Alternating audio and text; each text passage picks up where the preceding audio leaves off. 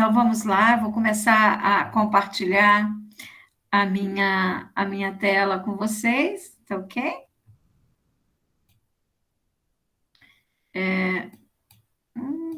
Aqui é minha apresentação.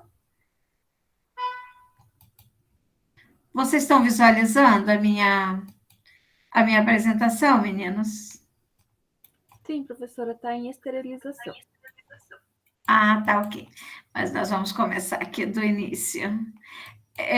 Então, se por um acaso alguém tentar entrar aqui na nossa aula, vocês nos avisam aí, tá? Então, na verdade, esta é a nossa quinta aula remota, não é isso?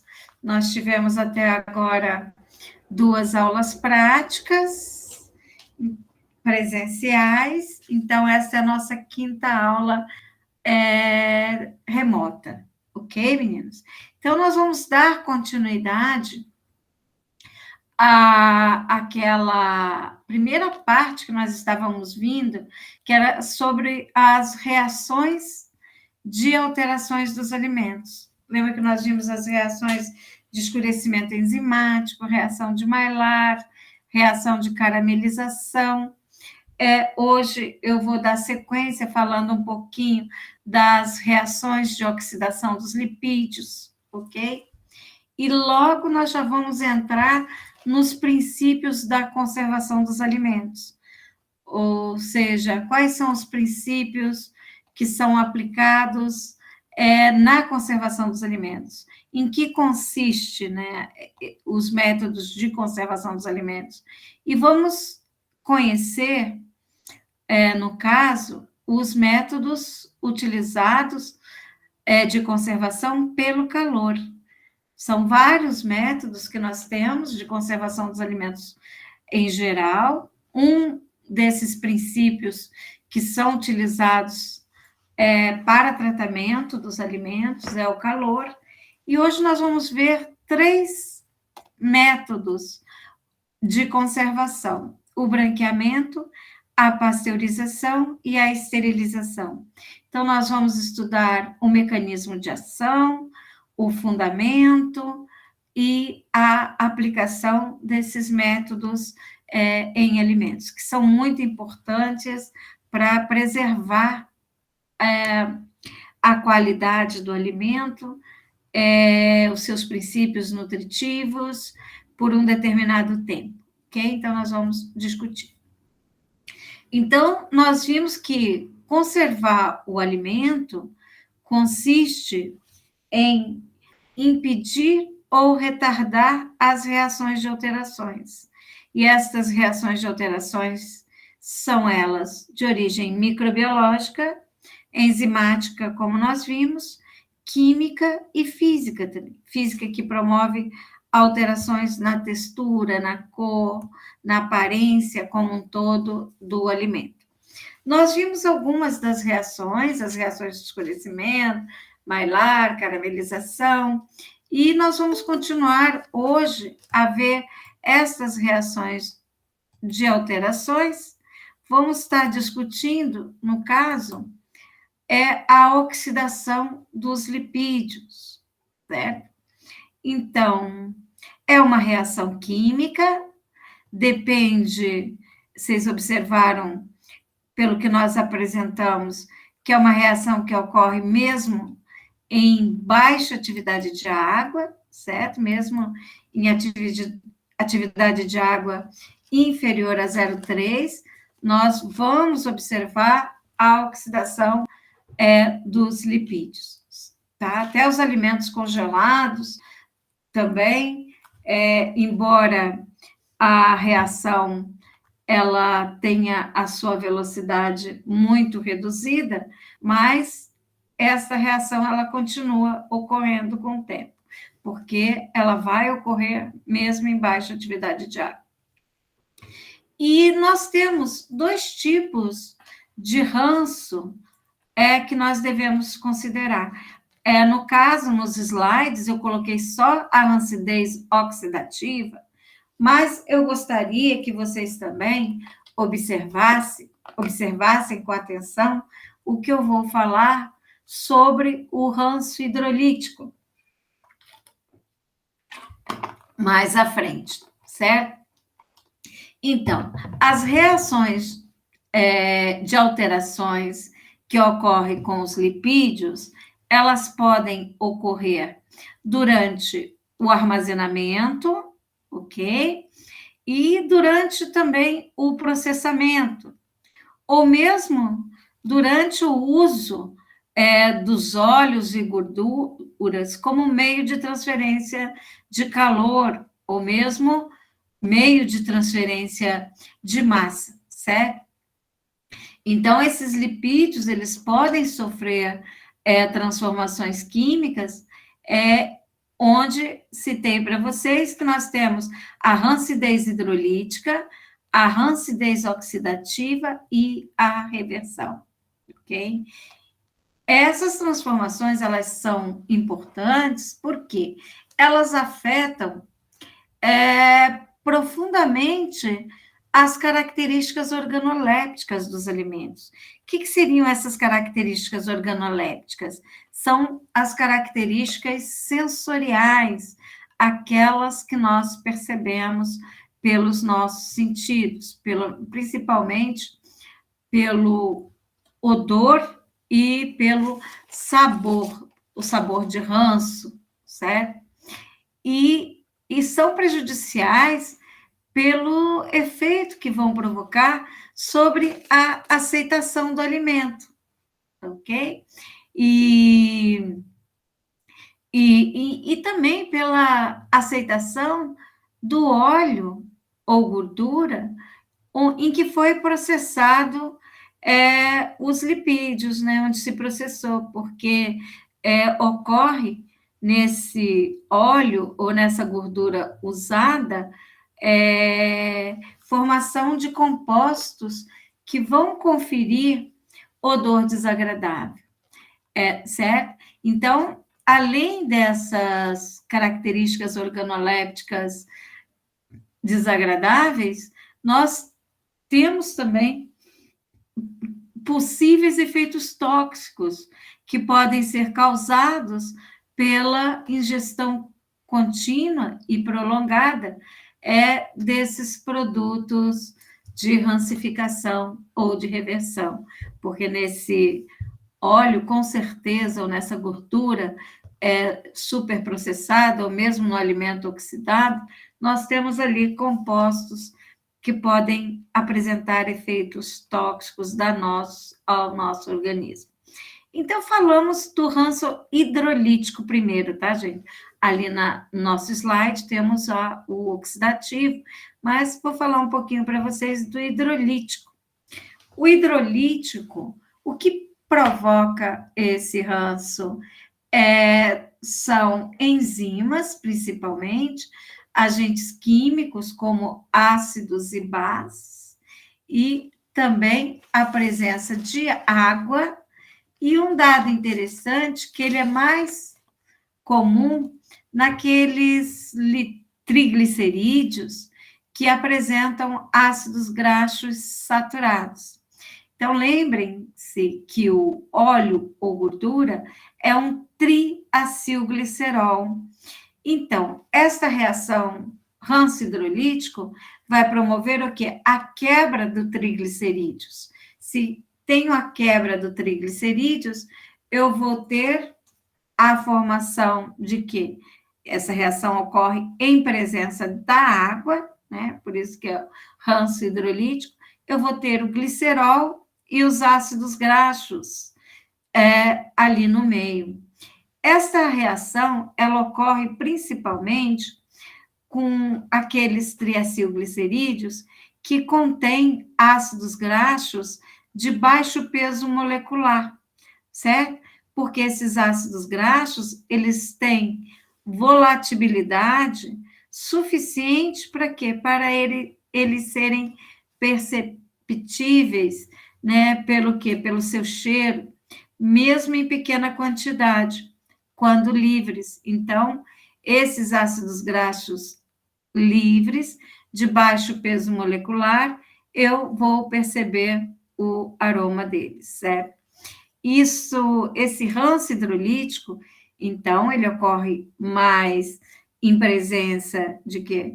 Daqueles lipídios de ácidos graxos saturados, em presença de ácidos, bases, em presença de enzimas ou de água, certo?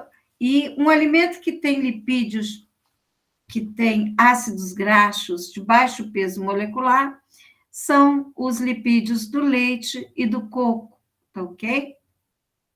E como nós podemos fazer para minimizar esse ranço hidrolítico, ok? Esse primeiro ranço que eu estou falando é o hidrolítico. Então, ele pode ser minimizado, em parte, pela inativação da enzima. Lembra que eu falei que ocorre também devido à presença da enzima? Inativação. E como que a gente faz a inativação? Eu já falei para vocês do branqueamento, né? Então, a inativação das hidrolases, que são as enzimas que promovem a hidrólise, é por aquecimento, certo? Então, se por um lado eu desfavoreço essa hidrólise enzimática, eu vou favorecer a hidrólise química, né? Porque pelo aquecimento, as reações químicas têm a sua velocidade aumentada. Então, neste caso, eu vou aquecer, vou provocar, aumentar a velocidade da reação de hidrólise. Com isso, eu vou ter o aumento do teor de ácidos graxos livres. E esses ácidos graxos livres vão produzir, além dessas características organolépticas ou características sensoriais alteradas, o abaixamento do ponto de fumaça do óleo ou gordura. Isto vai apresentar o quê? Reflexo sobre a inflamabilidade do meio, ok? E como que eu posso inibir também esse ranço hidrolítico? Pela eliminação da água, certo? Ou pelo uso de baixas temperaturas, evitar o uso prolongado dos óleos ou gorduras, certo? E evitar fazer uso do mesmo lipídio, do mesmo óleo ou gordura no processamento de alimentos, certo? Porque lembrem-se que eu posso formar compostos prejudiciais à saúde também. Tá ok? O outro tipo de ranço que vocês estão observando aqui, esse que eu falei é o ranço hidrolítico, o ranço oxidativo. Lembra que o hidrolítico ocorre principalmente com ácidos graxos saturados de baixo peso molecular? E o ranço oxidativo, ele ocorre principalmente com os ácidos graxos insaturados, ok? Por quê? Esse ranço, ele não ocorre com os óleos e gorduras que têm ácidos graxos saturados. Por quê? Esta é uma reação que vai formar radicais livres, e nesse caso, não vai ocorrer porque a formação do radical livre é desfavorável nos ácidos graxos insaturados.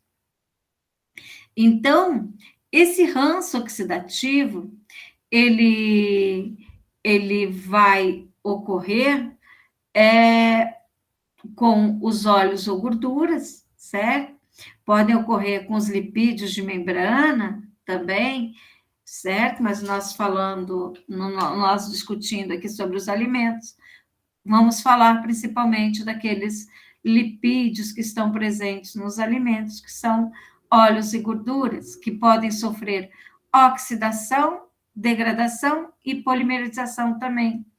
e isso por mecanismo de radicais livres.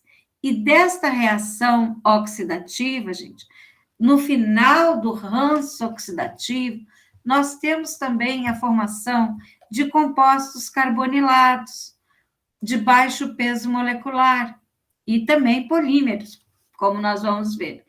Entre esses compostos de baixo peso molecular, nós temos aldeídos, cetonas, ácidos, álcoois, certo? Hidrocarbonetos também. E estes compostos, eles são responsáveis pelas características organolépticas, ou seja, quando eu falo organolépticas sensoriais, físico-químicas também, que estão associadas a esse tipo de ranço oxidativo. E como vocês estão observando, esse ranço oxidativo, ele ocorre em 3 fases. A primeira fase é a fase inicial ou indução. A formação de radicais livres, ela não é uma reação energeticamente favorável. Por quê? O radical livre, o que é o radical livre? É uma espécie química, que eu posso falar que é um átomo ou um grupo de átomos que apresentam um elétron desemparelhado. Então, eles são muito instáveis. E nesta reação, a primeira etapa é de quê? De uma molécula, que no caso a molécula do óleo ou da gordura, ela vai formar um radical livre, que é uma espécie estável. Então, de uma espécie estável, eu vou formar uma espécie instável. Para isso, precisa-se de energia. Então, não é uma reação energeticamente favorável. Para que aconteça, então, essa reação, eu preciso da energia dos chamados pró-oxidantes, ou seja, são substâncias que vão iniciar esta formação desses radicais livres. Entre esses agentes, eu posso ter o oxigênio, presença de metal, presença de luz, que é a presença da radiação, a temperatura, certo? Então, é metal, acho que eu já falei, né? Então, metal, temperatura, a radiação, presença de oxigênio. Então, esses são fatores que vão fornecer energia para a formação dos radicais livres. Então, nessa primeira etapa, eu tenho, no caso, a formação dos radicais livres. E esses radicais livres, em seguida, uma vez formados, eles vão catalisar uma reação em cadeia, que seria a propagação. Nessa fase inicial, não se tem desenvolvimento de aroma desagradável, mas na fase da propagação, começa-se a formar início de cheiro e sabor desagradável dos lipídios. Nessa etapa se formam o que nós chamamos de peróxidos e aumento também da quantidade de radicais livres e dos produtos também de decomposição. E a última etapa da reação, que é a terminação, nesta etapa é que vão ser formados aqueles compostos resultantes da degradação ou da polimerização do alimento, né? Dos ácidos graxos presentes nos óleos e gordura. Então, a forte alteração no cheiro e sabor, devido à formação dos aldeídos, cetonas, ésteres, que vão conferir aquele aroma de ranço. A cor também, ela se modifica. A viscosidade, vocês podem perceber isso, né? Certo? O óleo vai ficando viscoso devido à formação de compostos polímeros, altera a composição. Então, como nós falamos, a reação ela é catalisada pelo calor, pela luz, pela umidade, pela presença de metais como ferro e cobre, entre outros. Nesse próximo slide aqui, ó, opa, só um instantinho. Nós temos, de forma simplificada, a apresentação do mecanismo da reação de oxidação dos lipídios. Lembra que nós vimos que na primeira etapa eu tenho a formação do radical livre, certo? Então, radical livre representado por o quê? Por um átomo ou um grupo de átomos que contém um elétron desemparelhado, né? É uma reação energeticamente desfavorável, e o que vai fornecer e o que fornece energia para que essa reação ocorra é o oxigênio, luz, que seria radiação ultravioleta, metais como cobre, ferro ou outros, e a temperatura também. Essa reação é muito comum com os óleos, né? Os óleos, azeites. E essa é a primeira etapa, a formação do radical livre. É a etapa que nós chamamos de iniciação ou indução, ok? Então, o que vai ocorrer? Vai ocorrer a remoção de hidrogênio de um átomo de carbono. Esse R aqui representado por carbono.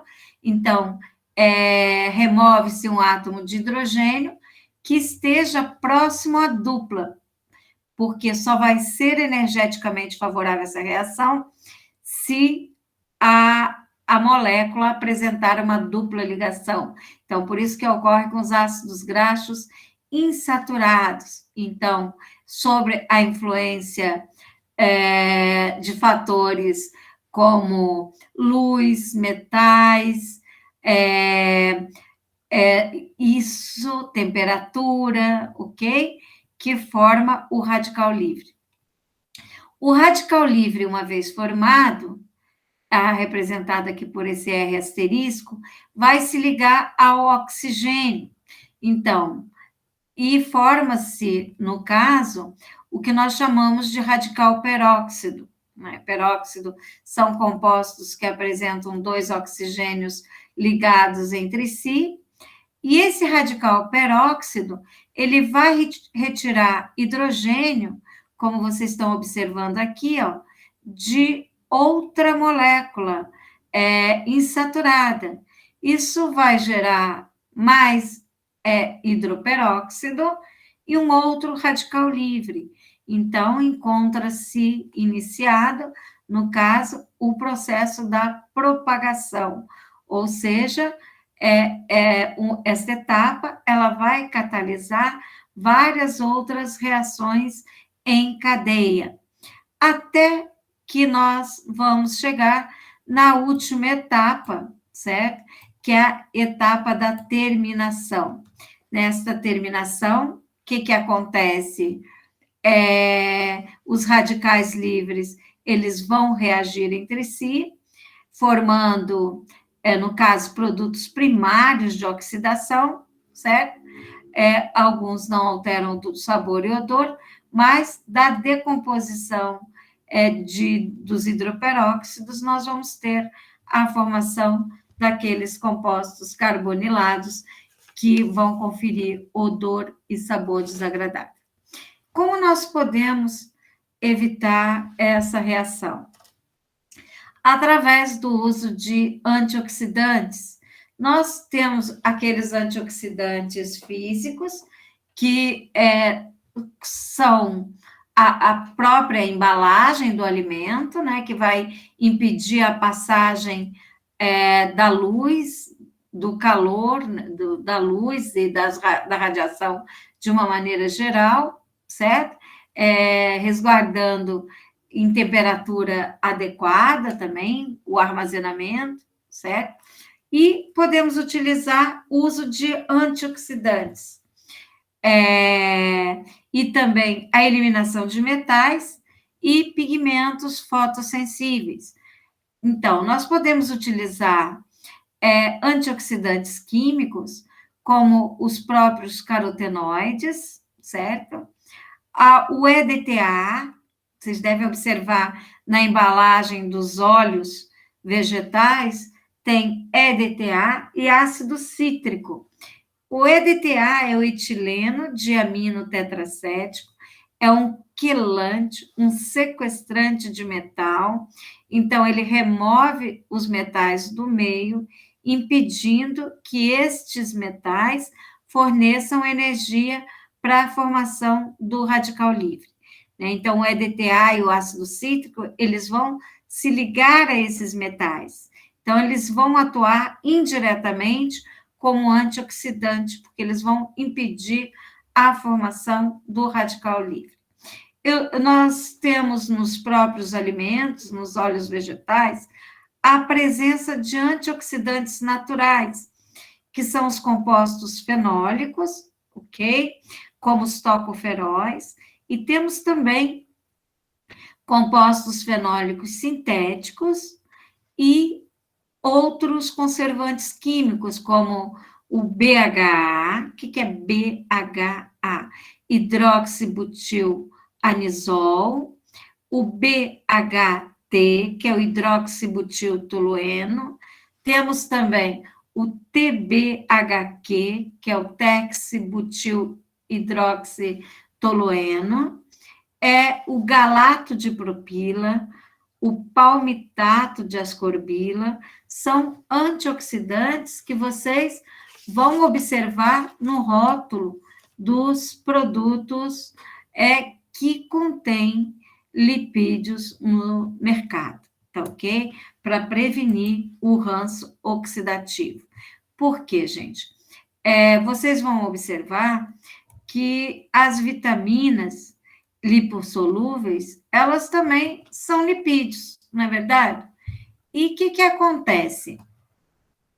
Acontece que se elas sofrerem o processo de oxidação, eu tenho perda de nutrientes, altera a estrutura do ácido graxo essencial. Então, eu tenho aí a perda de nutrientes essenciais, além da possibilidade de formação de compostos tóxicos nesse alimento. Por isso que eu tenho que prevenir os alimentos através da conservação. Ok? Vamos falar, então, da perda da qualidade em função da ação de micro-organismos, certo? Os micro-organismos são os agentes que mais preocupam a indústria de alimentos, certo? Principalmente aqueles micro-organismos que causam intoxicação, micro-organismos que causam infecção, certo? Esses micro-organismos patogênicos são os mais preocupantes. Aquele que a indústria de alimentos atua de forma bem agressiva para poder eliminar os micro-organismos patogênicos do alimento. Além dos micro-organismos patogênicos, nós temos aqueles micro-organismos deterioradores. O que são micro-organismos deterioradores? Eles não estão associados ao desenvolvimento de doenças, mas estão associados a alterações do alimento, as alterações sensoriais, seriam elas na cor, sabor, na aparência, na textura, na viscosidade do alimento como um todo, certo? Então, para conservar um alimento livre de micro-organismos, ou para prevenir a contaminação desses alimentos, o que nós devemos fazer? Nós devemos manter este alimento abaixo de 4 graus ou submetê-lo à temperatura acima de 65 graus. E qual o princípio que eu tenho aí? Ou manter esse alimento resfriado, abaixo de 4 graus, para garantir a sua segurança, ou a não desenvolvimento desse micro-organismo, ou acima de 65 graus, que nós temos, no caso, o efeito bactericida. Tá? Então, quando se fala em conservar um alimento devido à temperatura, o que é? Consiste em mantê-lo abaixo de 4, resfriado ou congelado, ou submetê-lo a algum tratamento térmico, que nós vamos discutir nos slides seguintes, tá ok? Então, os princípios da conservação dos alimentos, em função disso que nós apresentamos anteriormente, consiste no uso de temperaturas, certo? Temperaturas abaixo de 4 graus, ou submetê-lo a uma temperatura acima daquela máxima permitida para o desenvolvimento de micro-organismos. Outro método é o controle da quantidade de água livre, da atividade de água dos alimentos, porque vocês viram que a atividade de água é um fator determinante para o desenvolvimento de micro-organismos e também das reações em geral de alteração dos alimentos. O oxigênio também, né? Nós temos os micro-organismos que precisam do oxigênio, o ranço oxidativo, as reações enzimáticas, certo? Então, controlar o alimento da presença do oxigênio. Uso de substâncias químicas, como nós discutimos anteriormente, BHA, BHT, vamos ver os conservadores químicos mais à frente, que não permitem o desenvolvimento de micro-organismos. Uso de irradiações, que vocês vão observar que as irradiações têm efeitos similares aos da temperatura sobre os micro-organismos. Então, nós vamos falar sobre a irradiação de alimento, quais seriam as vantagens, as desvantagens, os fatores limitantes. Vocês vão observar que, muitas das vezes, a aplicação de um só desses métodos não é suficiente, não é eficaz, eficiente para eu manter as características sensoriais, nutritivas do alimento. Então, devido a isto, utiliza-se a combinação de 2 ou mais princípios para termos a melhor qualidade possível dos alimentos em geral, tá ok? Como vocês vão observar. Vamos falar, então, dos métodos de conservação pelo calor. O calor é um método muito utilizado, então, como já discuti anteriormente, ele baseia-se no emprego de quê?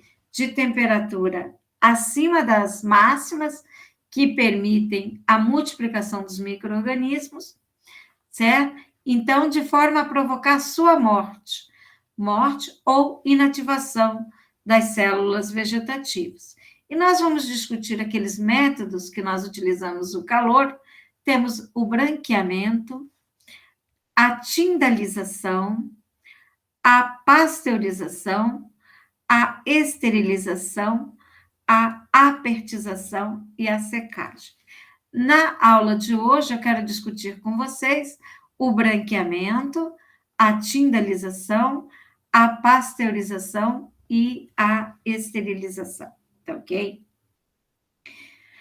Então, como nós vimos, objetivos do tratamento térmico está em destruir micro-organismos patogênicos, provocando a sua inativação e reduzir o máximo possível ou eliminar esses deteriorantes.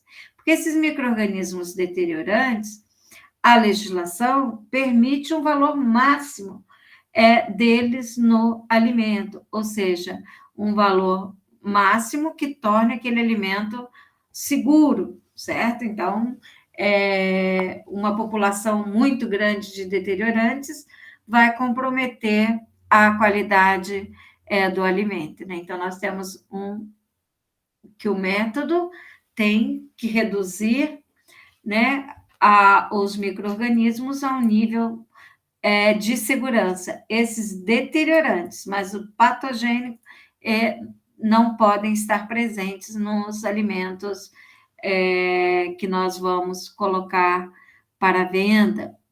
E, no caso, a redução também da ação das enzimas, através da inativação delas.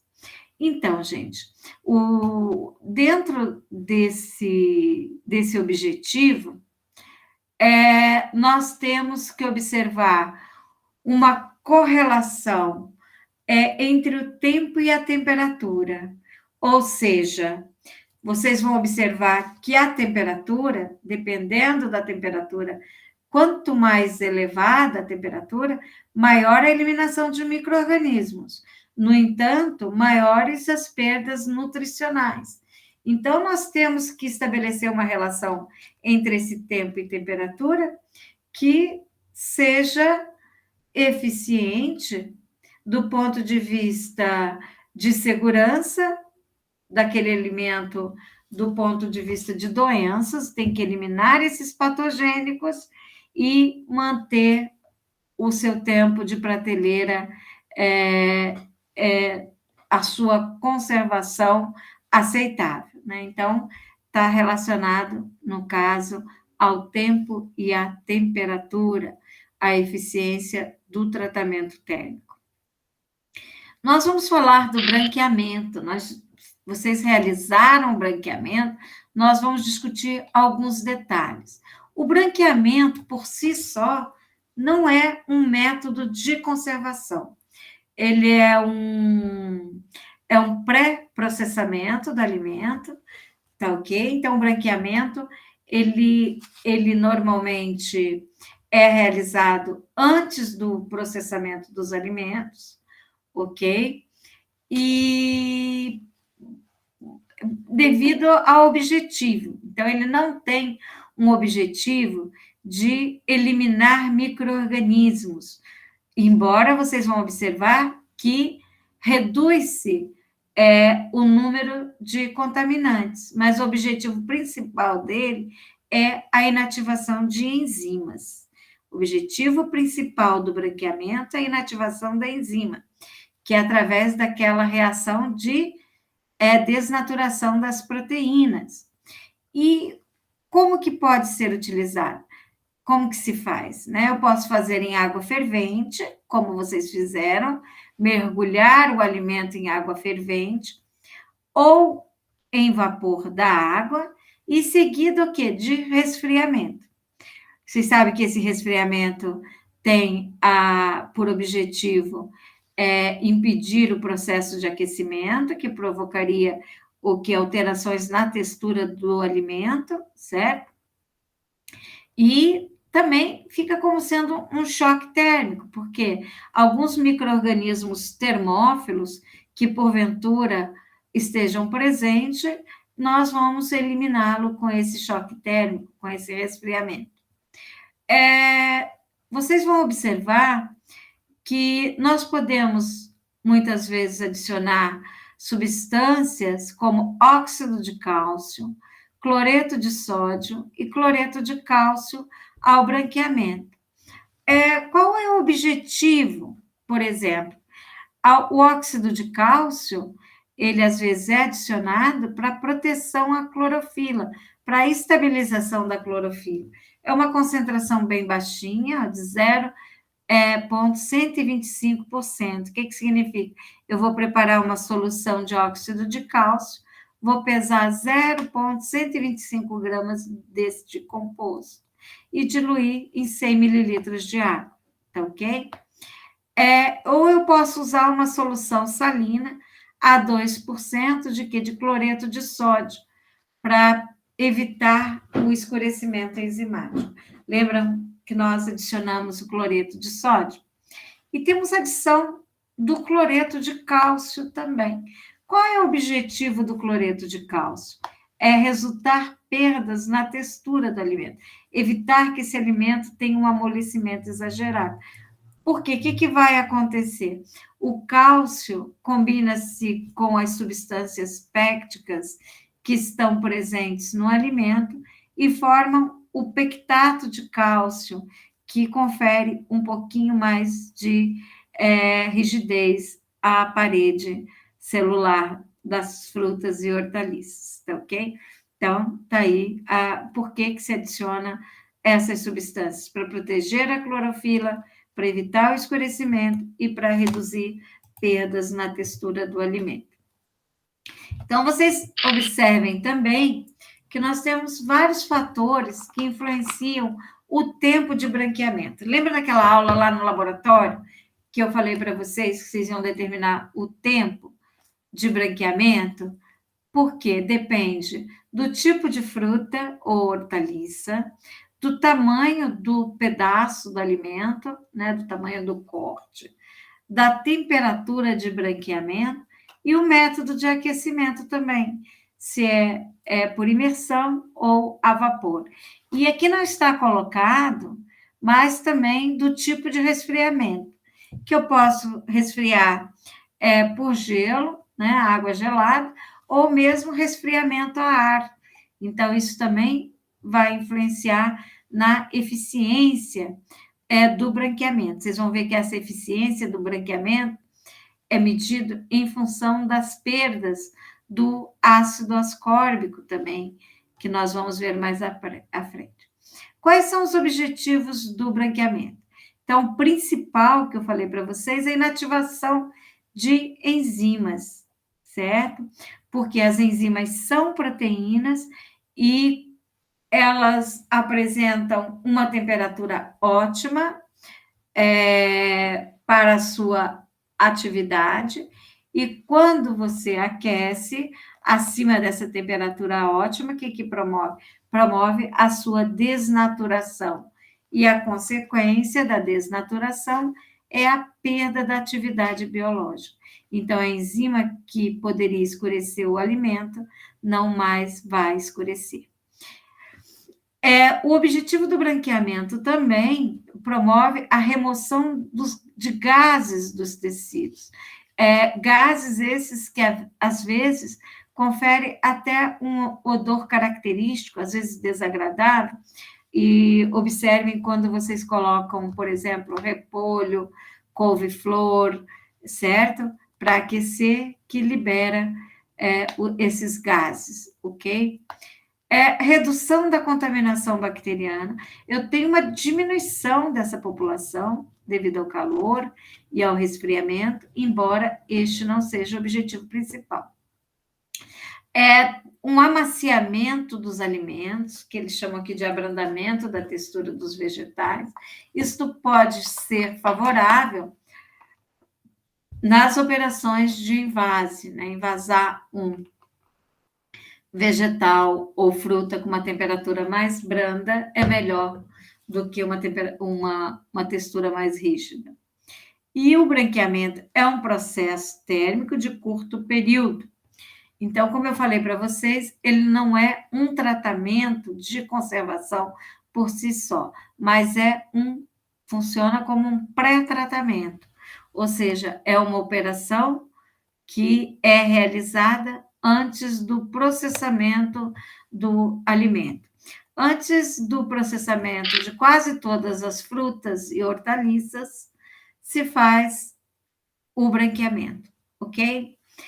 E então, quais são as enzimas que nós vamos querer inativar? São aquelas enzimas responsáveis pela perda da qualidade nutricional e sensorial em vegetais, tá ok? Principalmente essas enzimas, por exemplo, as lipoxigenase, porque essas lipoxigenase, elas promovem a oxidação, né, através da lipase, da enzima lipase, e liberam ácidos graxos livres, e nós temos também, junto, a ação das proteases, que vão liberar o ácido sulfídrico, que é o H2S, e promover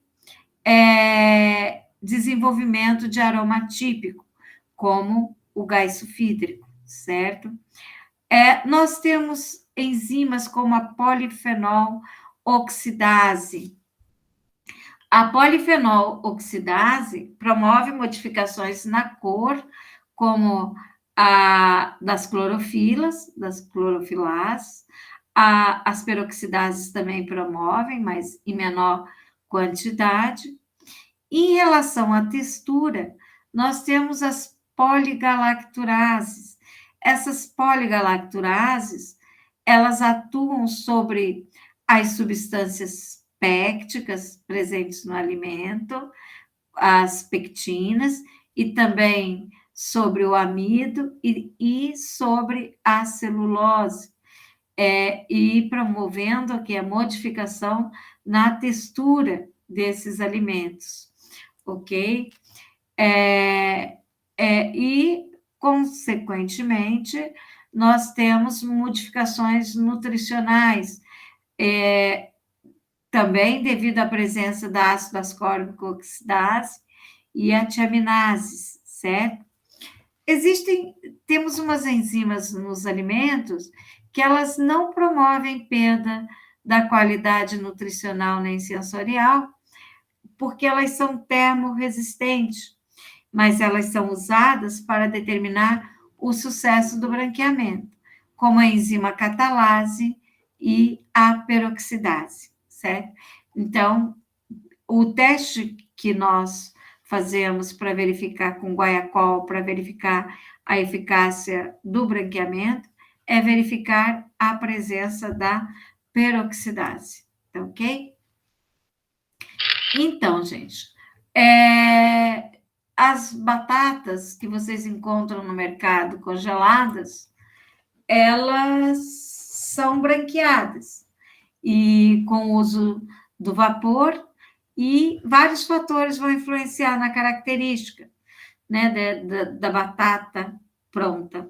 Tipo, uma batata branqueada, ela vai apresentar uma cor mais uniforme, crocância, ela vai ser de rápido preparo e apresenta também uma baixa absorção de gordura.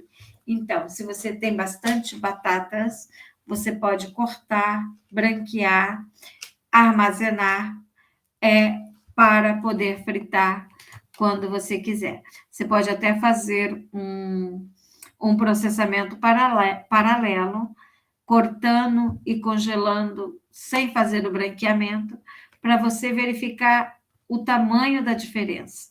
A batata ela vai escurecer por completo durante o tempo de congelamento, se você não realizar o branqueamento dela, tá ok? Muitas das batatas que estão disponíveis no mercado para fritura, elas são branqueadas e pré-fritas também, tá ok? Para conferir aquelas características sensoriais que vocês observam, em relação à cor, crocância, ao rápido preparo também. Nesse slide, nós temos aqui apresentado o tipo de equipamento, né? Se é um branqueador a vapor ou um branqueador a água quente, as vantagens e desvantagens de cada um. Por exemplo, qual é a vantagem e qual a desvantagem de um branqueador a vapor? Bom, eu poderia perguntar para vocês, qual que você acha que é o mais eficiente, né? Certo? Em termos de inativação de enzima. E qual que promove menores perdas? Vocês podem observar aqui o que tem apresentado nesse slide, que o branqueador a vapor convencional, ele promove menores perdas de componentes solúveis em água, como nutrientes. Nós vamos usar também, nós vamos ter no final do processo menor volume de efluentes também, e são mais fáceis de limpar e de esterilizar, tá ok? E, no entanto, tem a desvantagem. Qual seria a desvantagem? A limpeza limitada do alimento, porque nós temos a necessidade de uma lavagem. O branqueamento a vapor é um branqueamento desigual, né, porque muitas vezes os alimentos são empilhados uns sobre os outros, certo? E devido a esse empilhamento também pode promover perdas de massa no alimento. Enquanto que o branqueador água quente, ele tem menores custos iniciais e tem maior eficiência do que os branqueadores a vapor. No entanto, você vai observar que ele tem o quê?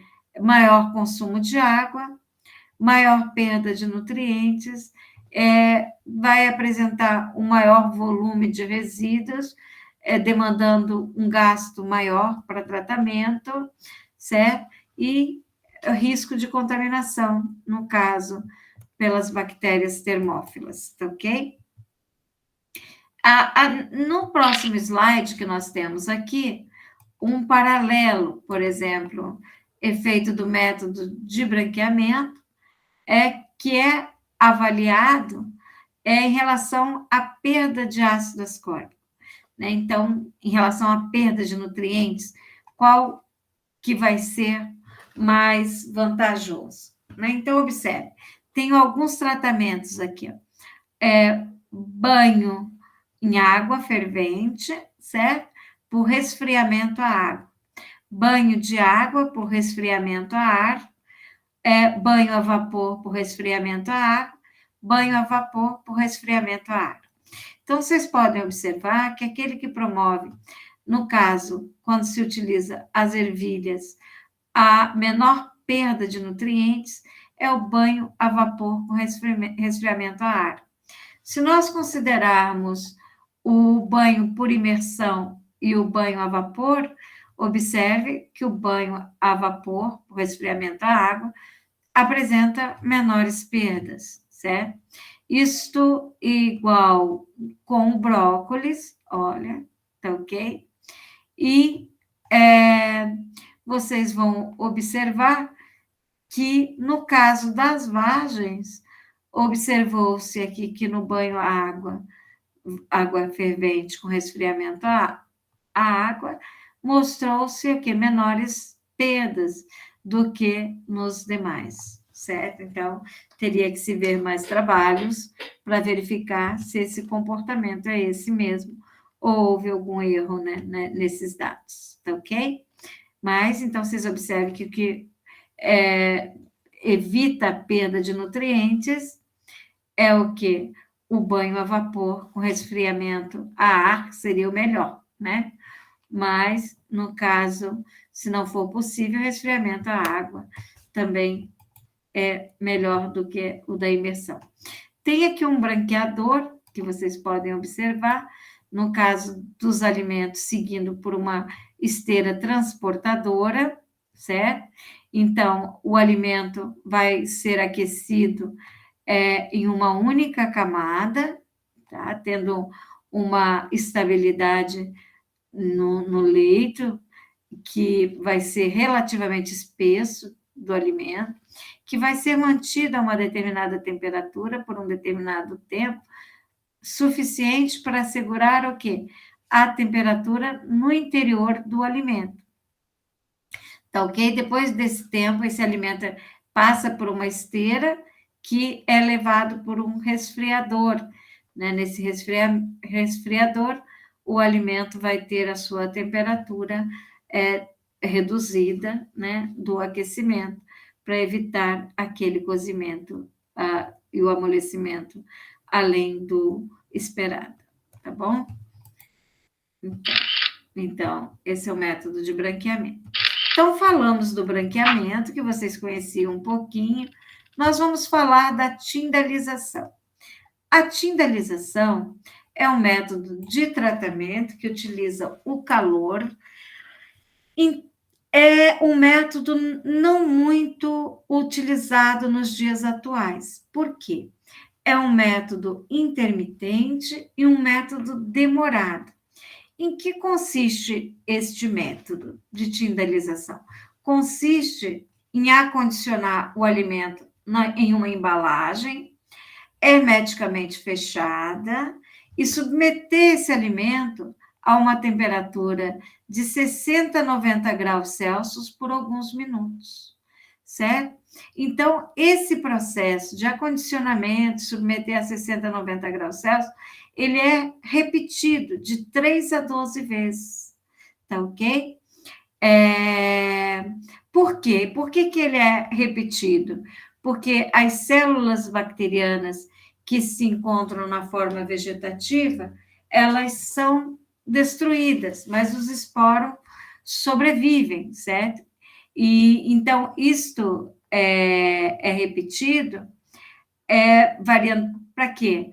Para que possa se dar chance aos esporos de germinarem e depois de 24 horas a operação é repetida para tentar eliminar esses esporos também, tá ok? Então, tem-se uma vantagem, por quê? É considerado um tratamento relativamente brando. Um tratamento térmico relativamente brando é aquele que utiliza uma temperatura abaixo de 100 graus, certo? Então, tem vantagem na manutenção das características organolépticas. E a principal desvantagem é que esse método é muito oneroso, muito caro e demorado. Por isso que ele é pouco utilizado nos dias atuais, tá bom? Depois nós vamos discutir aqueles que são mais utilizados.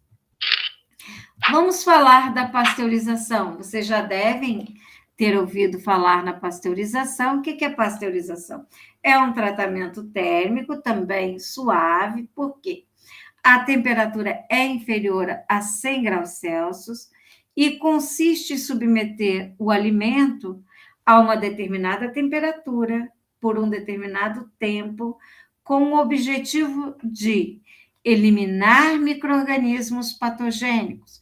Então, tem que se eliminar micro-organismos patogênicos e reduzir os micro-organismos deteriorantes a níveis considerados seguros, ao nível da segurança alimentar, na quantidade que a legislação pré-determina, certo? E como que eu estabeleço qual é o tempo e temperatura para cada alimento? Através de análises microbiológicas, tá ok? Cada alimento tem um micro-organismo-alvo.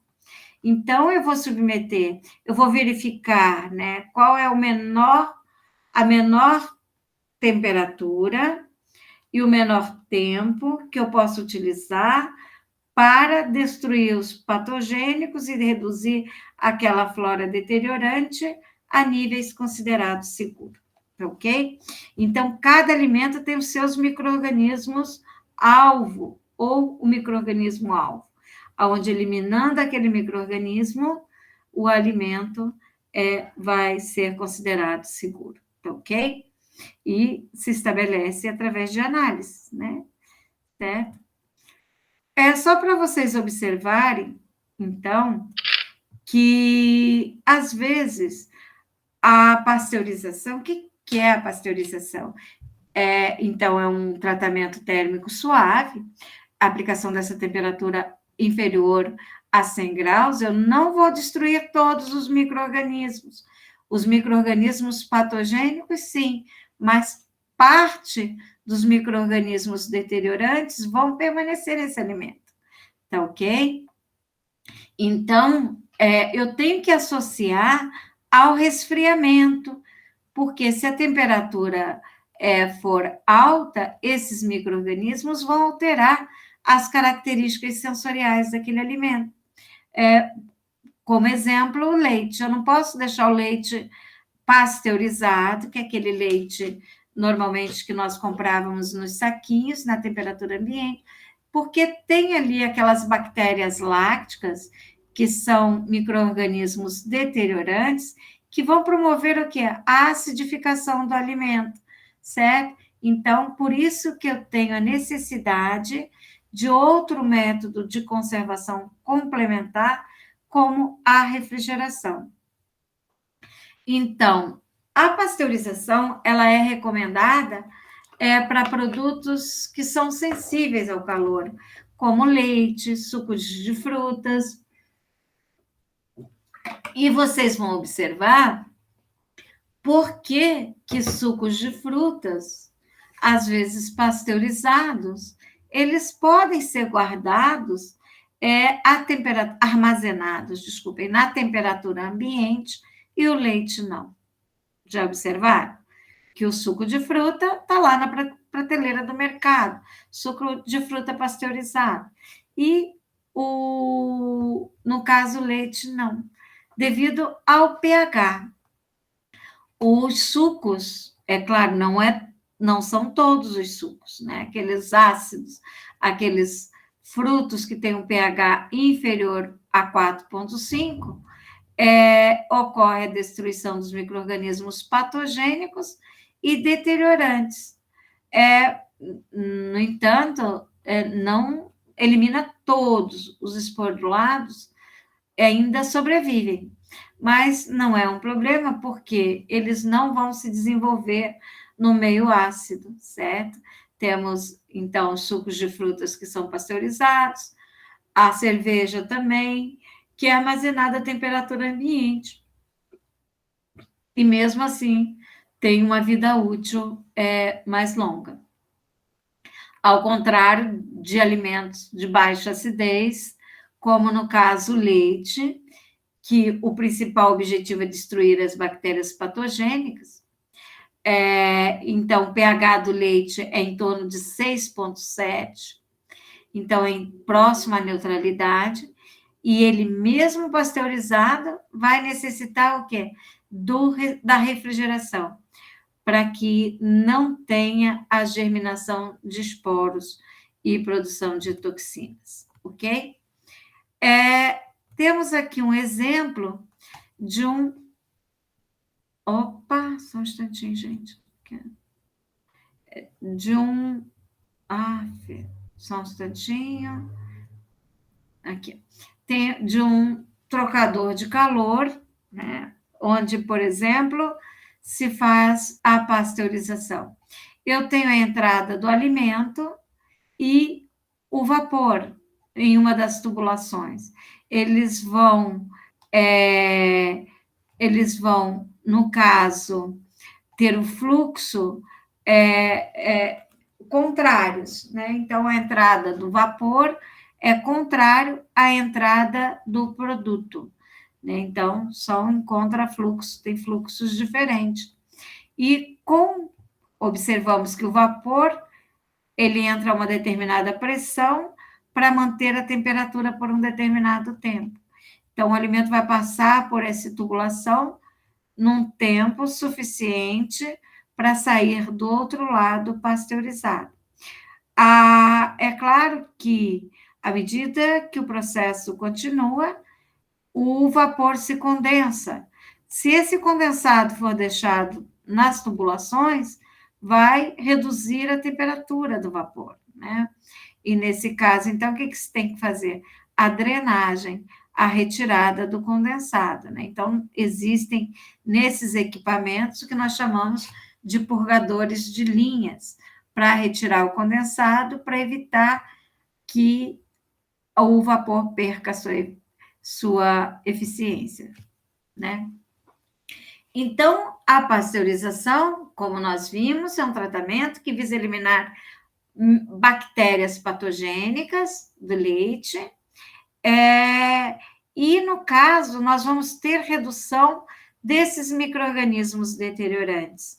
A temperatura é relativamente branda, porque é inferior a 100 graus Celsius, sempre há sobrevivência de bactérias, e vocês viram que esse produto necessita ser mantido em refrigeração, e viram por quê também, devido ao seu pH neutro. E nós podemos fazer análise do leite pasteurizado para verificar a eficiência do processo de pasteurização. Ou seja, se a pasteurização foi bem feita ou não, né? Então, eu faço da fosfatase alcalina e da peroxidase. Então, eu vou tirar uma amostra do leite e vou verificar a presença da fosfatase alcalina. Se a fosfatase alcalina der negativa, ela deve dar negativa, porque significa que a temperatura de pasteurização ela foi atingida, certo?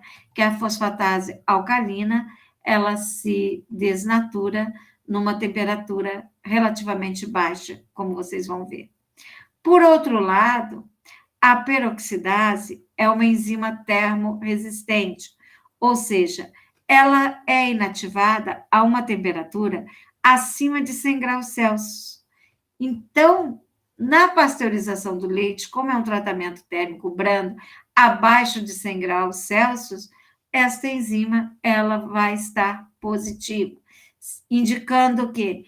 que se atingiu a temperatura de pasteurização, mas que não ultrapassou os 100 graus Celsius.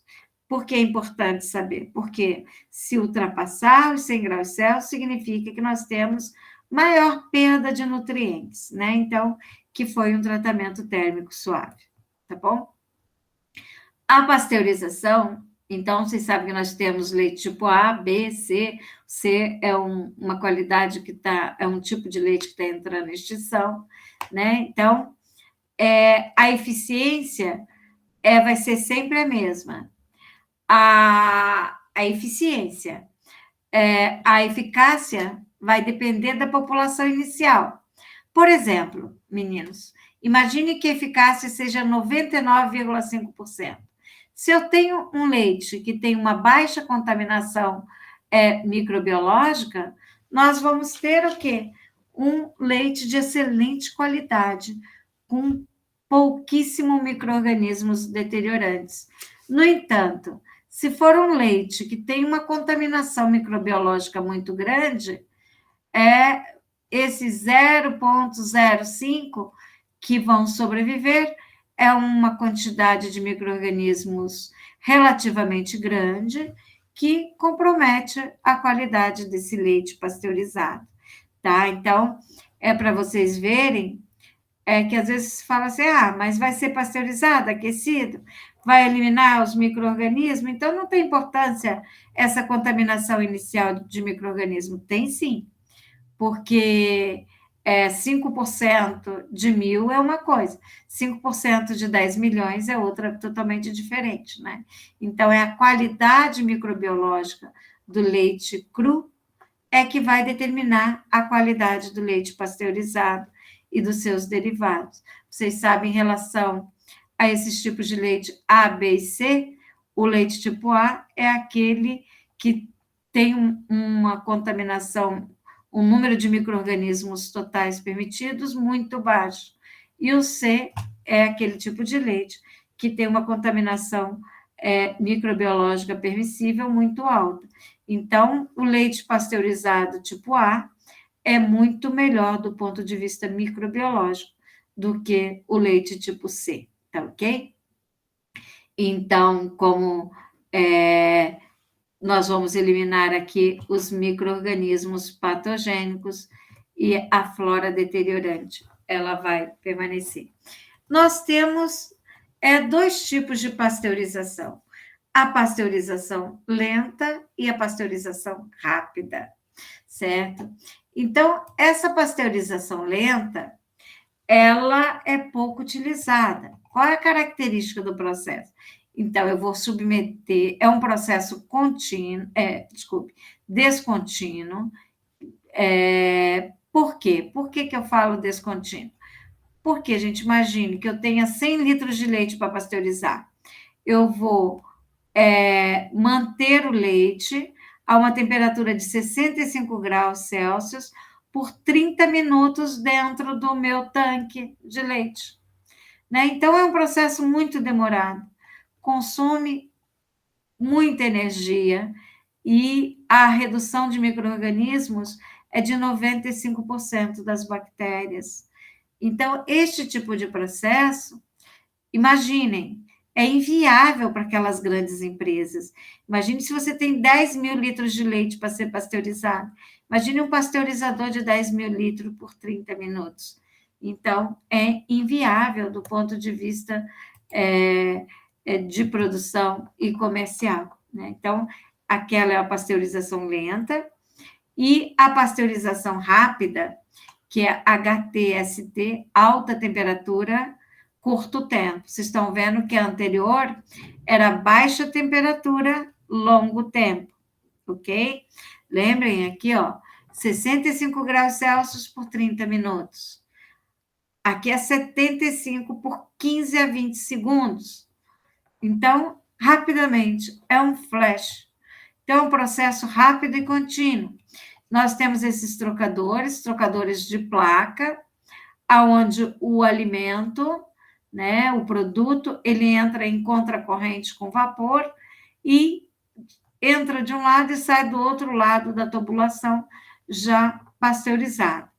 Então, é um processo rápido e contínuo, é ideal para grandes volumes de leite, a eficiência é muito maior, a 99,5% na redução bacteriana, e, no entanto, para as características nutricionais, é pior, porque quanto maior a temperatura, maiores serão as alterações do ponto de vista nutricional, né? Então, quanto menor a temperatura, menor as alterações sensoriais, menores serão as perdas nutricionais.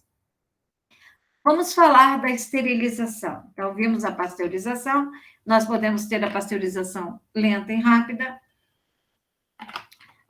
E a esterilização? Esse termo esterilizar significa o quê? O meio livre de micro-organismos, certo? Será que eu posso ter um alimento totalmente livre de micro-organismos? Um alimento esterilizado? Vocês vão observar que isso é muito difícil. Por quê? Para ter um alimento esterilizado, 100%, eu teria que submeter esse alimento a uma temperatura muito alta por um determinado tempo, onde as características nutritivas e sensoriais seriam muito alteradas, certo? No caso, nós temos o que nós chamamos de esterilização comercial, que vocês vão ver as características mais à frente. Então, na esterilização, o alimento é aquecido a uma temperatura relativamente elevada, acima de 100 graus, por períodos variados de tempo, que seja suficiente para destruir micro-organismos e inativar enzimas, aquelas enzimas deteriorantes também. Então, aqui o objetivo é eliminar micro-organismos patogênicos e deteriorantes também. Manter, no caso, o alimento livre de micro-organismos. Então, imagine esse método aplicado, só um instantinho aqui, um momentinho aqui. Esse método aplicado no leite, nós teríamos que aquecer o leite a uma temperatura muito alta, como vocês vão ver, para mantê-lo totalmente esterilizado. Isso ia impossibilitar o método, tá ok? Para eliminar esses problemas, nós temos a esterilização comercial, que é o processo longa-vida, a obtenção do leite longa-vida, que seria um leite esterilizado, entre aspas, como vocês vão observar. Então, o leite ele é aquecido a 130, 150 graus Celsius por 3 a 5 segundos. É um tempo muito rápido. Por isso que é um processo longa-vida, ou UAT, ou UHT, ultra alta temperatura. A eficiência do processo é 99,99. Tá vendo? Não é 100%, por isso que eu não posso falar processo de esterilização completo, mas é esterilização comercial. Então, esse alimento, como a temperatura é muito alta, necessita de homogeneização. O que é esse processo de homogeneização? É o método em que diminui o tamanho dos glóbulos de gordura para evitar que eles se separem durante o processo de aquecimento. Tá ok? No caso, a vida útil é aproximadamente de 4 meses. Vai ser eliminada todas as formas vegetativas da bactéria, certo? Mas vocês vão observar que sobrevivem alguns esporos. Por isso que este alimento vai tornar-se comercialmente estéril. E como ele é comercialmente estéril, eu posso armazenar a temperatura ambiente, porque esses esporos que sobrevivem, eles não vão sobreviver na temperatura ambiente, né? Então, só um instantinho aqui que passei duas. Espera lá, só um instantinho. Por quê? Porque esses esporos, eles são formas termófilas, e por isso que não vão se desenvolver na temperatura de estocagem. Eu posso ter alguns problemas no leite, né? Comercialmente estéril, esse leite UHT, pode ter um número exagerado de esporo no leite, devido à sobrevivência ao processo, ou mesmo à proliferação e deterioração. A má qualidade do leite cru, né? Onde tem essas bactérias psicotróficas, são aquelas que sobrevivem mesmo em baixas temperaturas, e proteolíticas, ou a própria coagulação espontânea do leite. Pode ser também devido a vazamentos na embalagem. Esses vazamentos na embalagem podem comprometer a qualidade do leite, promovendo contaminação e deterioração do leite, né? Não sei se algum de vocês já comprou um leite coagulado na embalagem. Então, pode ter tido algum desses problemas, né? Número exagerado, má qualidade ou mesmo vazamentos. Só para vocês observarem aqui, ó, aqui, as características do leite, dependendo do método que ele foi submetido, né? Então, eu tenho leite cru, observem. Vocês estão observando parece que um aumento da caseína, uma redução da albumina e uma redução da beta-lactalbumina. Isso porque há uma alteração na fração proteica do leite. As proteínas do leite, elas estão divididas em proteínas do coalho, que é a caseína, e as proteínas do soro, que é a albumina e a lactoglobulina. Então, observe uma modificação destas proteínas, né? Diminui as proteínas do soro e aumenta as proteínas do coalho. Por quê? Devido à desestabilização com o processo UHT. Observem aqui as perdas nutricionais. A pasteurização, o aminoácido lisina, que é o aminoácido essencial, a perda da pasteurização é de aproximadamente 2%. Nesse leite longa-vida esterilizado é de 6%. A vitamina C no pasteurizado, 25% de perdas. No longa-vida, 30% de perdas. A vitamina B1, 10% no pasteurizado a perda. E no longa-vida, até 20%. E desta maneira também, da vitamina B6, B12 e ácido fólico.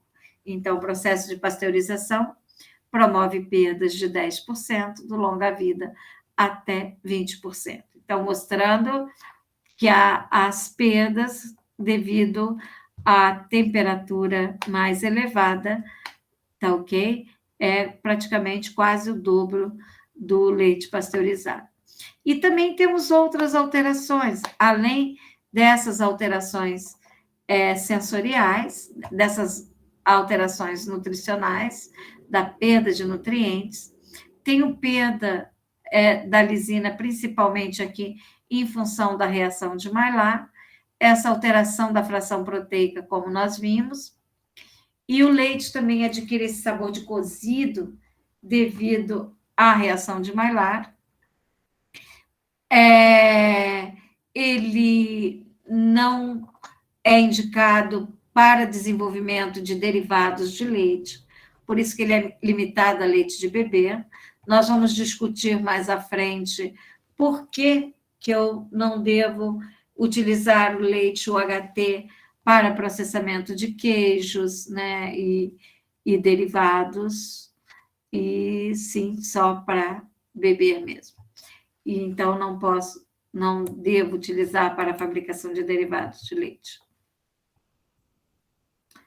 Então, lembra que nós falamos que o leite esterilizado, nós deveríamos submetê-lo a 120 graus Celsius por 10 minutos.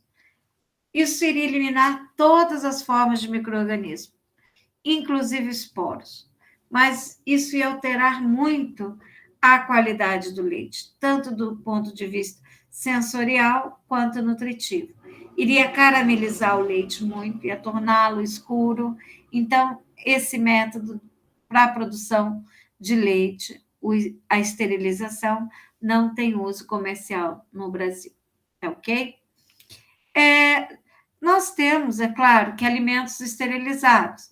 Nós temos aqueles esterilizados em alimentos já embalados e em alimentos antes de embalar, né? Nós temos os alimentos que são embalados em latas, garrafas, vidros ou saco plásticos termoestável. Para isso se utilizam temperaturas que variam entre 115 a 125 graus Celsius por 15 minutos, certo? Normalmente, esse tipo de esterilização é feita em autoclave. E nós temos aquele processo asséptico, como o sistema UHT, que se utiliza para o leite, né? Então, vamos utilizar temperaturas mais altas, 135 a 150 graus, por 2 a 5 segundos. Lembrando a vocês que isso está estabelecido através de experimentos, depende bastante do tipo de alimento. Então, isso vocês vão observar que o produto é esterilizado antes de ser envasado, em um ambiente estéril, e embalagens também que devem ser esterilizadas. Então, o tratamento UHT, ele também é conhecido como processamento asséptico devido a essas características, porque o alimento depois ele está estéril, asséptico, né? Tem que ser embalado também nessas embalagens assépticas, certo? Então, nesse caso, esse método ele só é utilizado para alimentos líquidos, não é indicado para alimentos sólidos.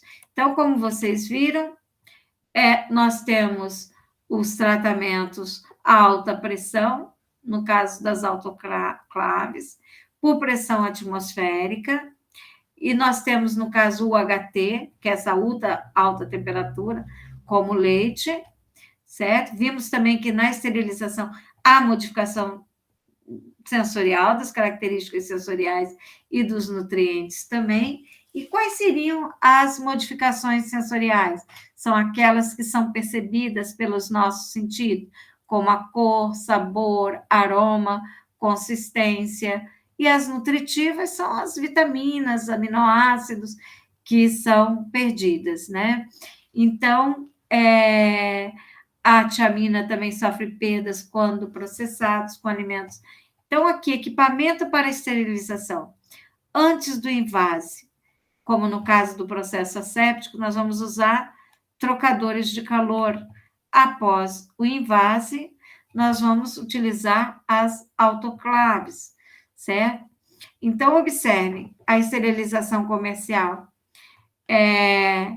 Então, a qualidade, quantidade de micro-organismo vai afetar, né, o tratamento. Então, por isso que nós vamos identificar e avaliar as diferenças entre as espécies, entre as formas vegetativas, a resistência dos esporos, pH do produto também influencia, e a presença desses esporos.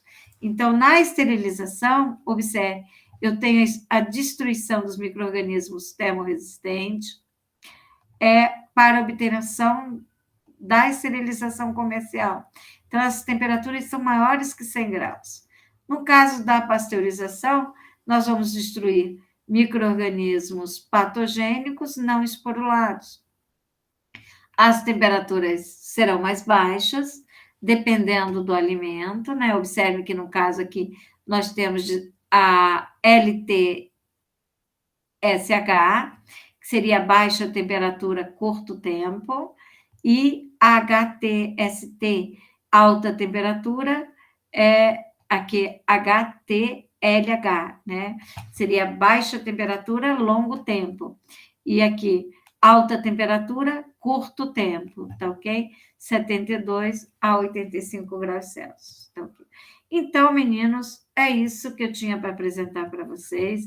Espero que vocês tenham conseguido entender. Se não conseguiram, estou aqui para poder ajudá-los.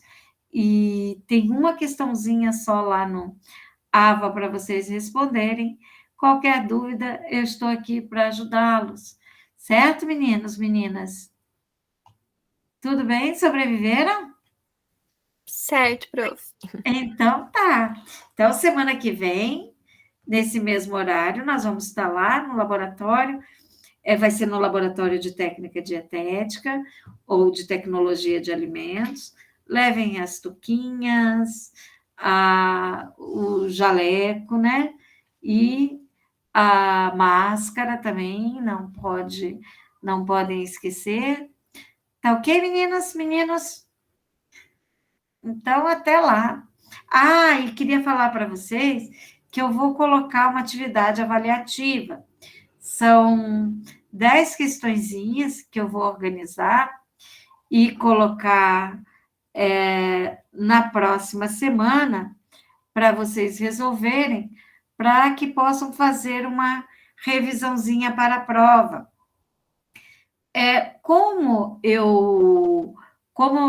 Nós não vamos ter uma aula antes da prova, que a aula antes da prova vai ser a nossa prática, vocês têm um gabarito e eu vou ficar à disposição de vocês. Qualquer dúvida, se vocês não acertaram ou tiverem dúvida, podem caminhar pelo AVA ou mesmo ali no grupo da disciplina para que eu possa ajudá-los, tá bom?